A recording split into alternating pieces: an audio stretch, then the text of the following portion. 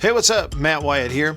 Somebody sent me a message a while back, I think it was on Facebook, and said, do me a favor, take a look at the pick play or the rub route in football. Why is it called as a penalty sometimes on the offense, and how come sometimes they get away with it, like Clemson and their touchdown to beat Alabama a couple years ago. Watson, touchdown! Let's take a look and see what we figure out. In college football, there's a couple of things the offensive player has to avoid on a pick play rub route where you're intentionally trying to get in the way of the defender to get away with it. The first thing is you can't initiate the contact with the defender trying to knock him out of the way and forcefully keep him from being able to cover his receiver. Really just have to think of it in terms of two guys running close together, a man-to-man type of coverage, regardless of who it is. You know, if they're matched up in man, one guy is going to get in the way of a defender by kind of the illusion of running a route as to get him free. Like you saw against Clemson, outside guy runs a slant, the slot defender, the safety is there, and he's basically kind of trying to get in his way to create a little space.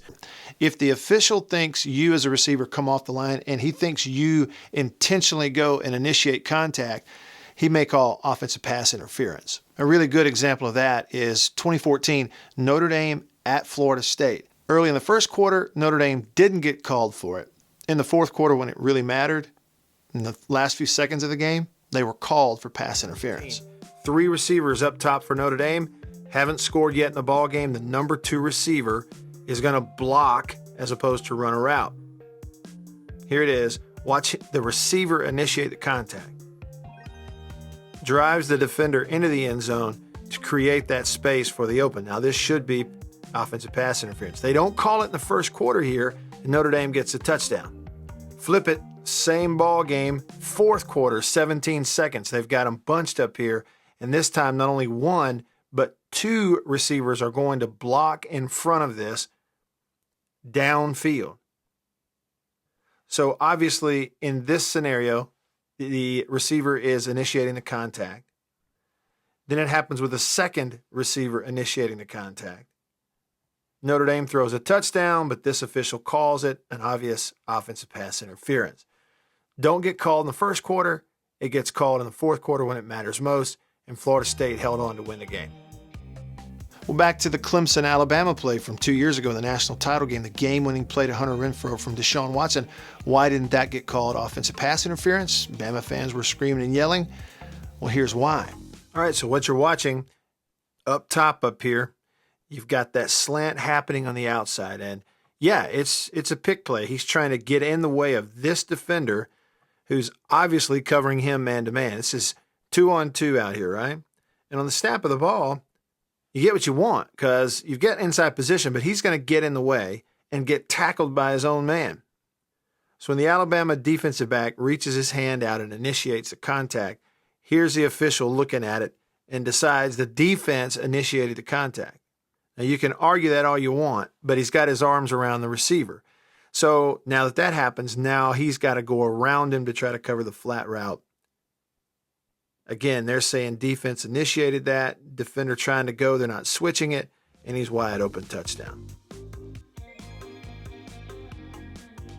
The official believed that the cornerback, in this case Marlon Humphreys, had himself initiated the contact with the receiver, not the other way around. Now, if you were to Google opinions on the pick play and the rub route, you get a million different things out there, examples and opinions one way or the other. And here's one I found from Sports Illustrated back in 2014, Patriots-Broncos article, where they interviewed a former official, and he says, what is that offensive guy doing? So he's judging the intent of the offensive player. He goes on to say there, is he trying to gain an advantage by rubbing somebody off, meaning the defender? Has he initiated some contact that has put that defender at a disadvantage? That's what we're looking for. You're looking for somebody gaining an advantage by doing something they shouldn't be doing. So the officials are judging what is the intent of the offensive player. So if this pick play rub route works so well, especially on the goal line, how in the world do you defend it? If you're going to play man coverage, which everybody does on the goal line, how in the world do you defend the possibility of a pick play? Well, defenses have started teaching and coaching it and working on something where they switch the coverage. Instead of in man-to-man, you run with your guy and you get picked off, you just switch it up. Like in basketball on a pick and roll. To the clock, time on the screen. Stockton to Malone, to the hoop. There's a reason the pick and roll has worked so well all these years in basketball. It's because it's really hard to defend. Well, here's a great example, I feel like, that I saw this year of two defensive backs on a team that in the same goal line scenario defended the possibility of a pick play really well. South Carolina in the final plays and seconds of their win in Knoxville against Tennessee. 9 seconds over here on 1st and goal left. And watch what Tennessee does up top. They fake a pick play. So a little play action in the backfield. You've got here and here. Looks like slant pick coming. But then they stop and go back out trying to cross that defense up. They make it look like a pick's coming this way. But instead, they reverse path and continue on staying outside and in.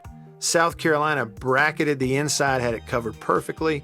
And this is where the ball should have gone, on the back shoulder of the outside, but pressure comes here and keeps the QB from being able to throw it in there. And I think Tennessee wanted to see if they were going to get this defender to try to run around so the little squirrel route gets a guy open for an easy touchdown. South Carolina just covered it perfectly. Pressure on the QB, has to throw it away. So now it's 2 plays later, 1 second on the clock. They come back again, 2-on-2. This time try the pick play, but instead of going over-under, they go under-over and get incomplete. And here's how it happened.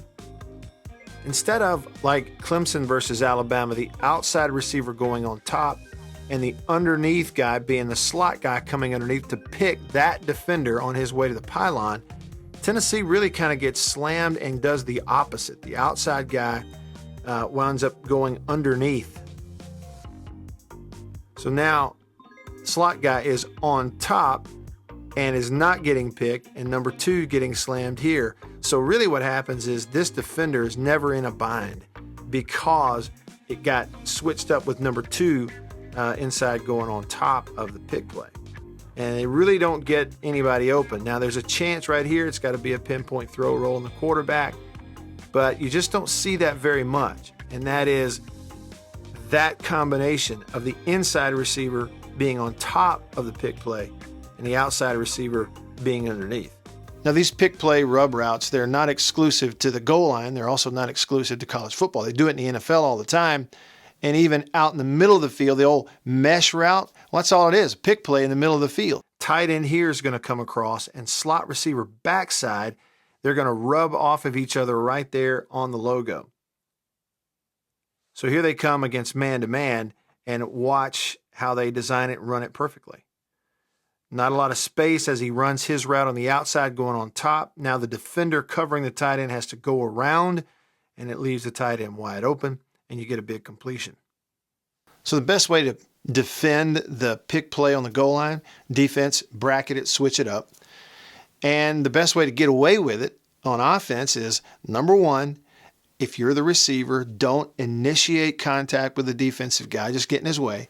As officials in college football and in the NFL began to pay more attention to rub routes and intentional pick plays on offense, sometimes you see some unusual things.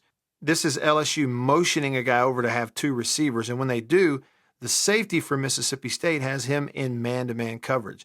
They're going to rotate to man and then have man-to-man right there. It'd be 2-on-2 if everything goes right. Snap of the ball, here it is, man-to-man. He's looking him up. But the outside receiver, as they intentionally run this rub route, is going to run into and knock down the man-to-man defender, the safety. When that happens, the flag comes out and it takes away a touchdown for LSU.